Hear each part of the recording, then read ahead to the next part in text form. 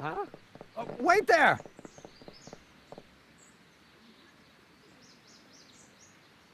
Michael!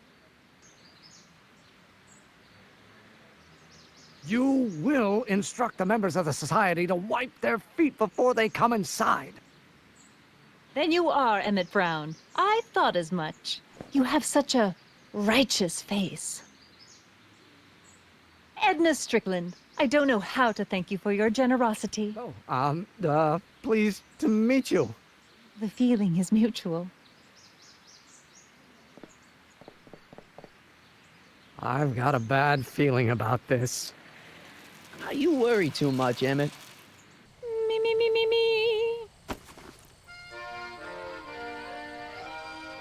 You say you've lost your self-respect, but you should care. What in heaven's name? Oh, sorry, Miss Strickland. Just a little experimental prototype gone momentarily awry. Mr. Brown, why is there a dog in that vehicle?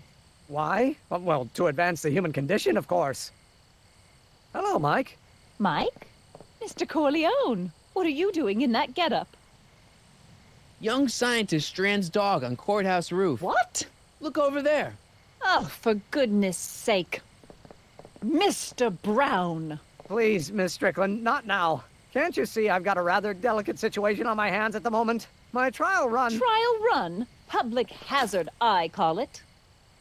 And I'm sure my editor will agree.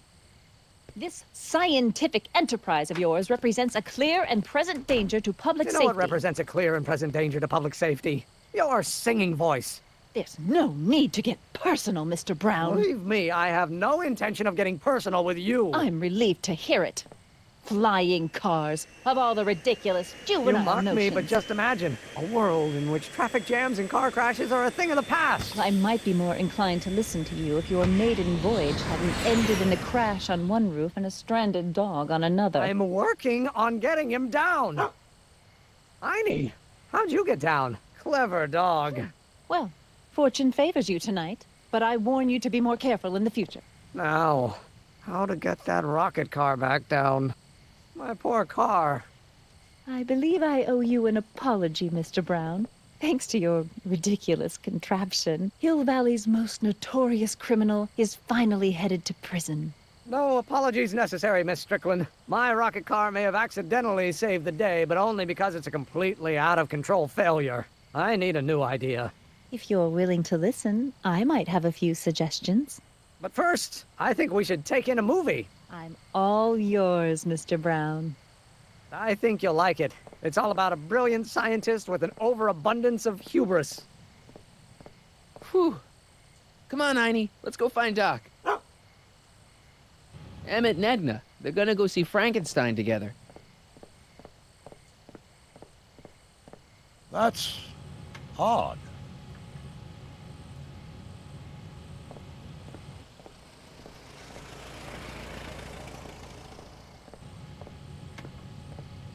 Great Scott!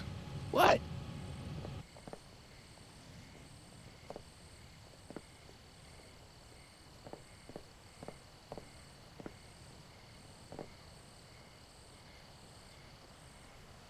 We've got to get back in. Oh, this could be disastrous. Doc!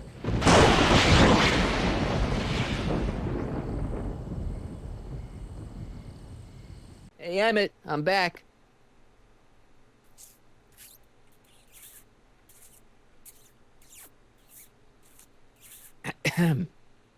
Oh, my!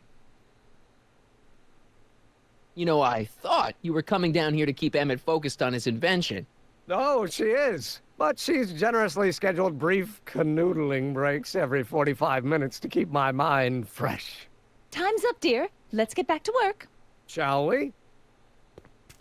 Now, Mr. Corleone, what can I do for you? Can I talk to Emmett? It's kind of important. It'll have to wait until later. Emmett's got a lot to do before the expo opens. Isn't that right, darling? You know it, Schnookums. Schnookums. You can talk to him later. Mr. Sagan says he needs to talk to you back at the high school. He does? Whatever for? He says he's got a lead on the speakeasy arsonist. He does he? Well, I'm not sure anyone cares about that old story anymore. But I suppose I could spare a few minutes in the service of solving a crime. Will you be all right without me, sweetheart? It'll be tough, but I think I'll muddle through. Try to keep him focused. He's so easily distracted. Don't I wish? Just in the nick of time. Step back now. We're gonna need a little space here. Oh, aren't you a vision? Like something that descended from the heavens. Yes, I'm feeling a bit elevated at the moment. There's something I've just gotta ask you. Wait, your tie's a bit crooked. I've been holding it inside for weeks now, and I've simply gotta get it off my chest. Oh, Uh-oh. my grandfather's suit! My formula. Oh. Don't look. Turn your head. I'll be right back, and we can try this all over again. Emmett Lathrop Brown! Huh? Trixie Trotter, how do you know this woman? I don't. I mean, I listened to some of her records, and I may have taken a picture or two of her, Yes. but I... Go on! Deny to the world that you know me. Perhaps it is true, but I know you all too well. What is going on here? You rich boys are all alike. You think material possessions can compensate for a broken heart. Well, you can take back your furs and take back this gaudy diamond, Ouch. too. I don't need your expensive presents. I need you. And more importantly, little Emmett Jr. needs you. Well, Edna, I... don't Edna me.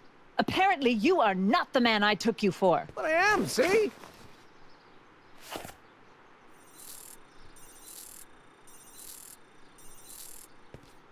The mental alignment meter proves it. I am the man you fell in love with. Let me see that card.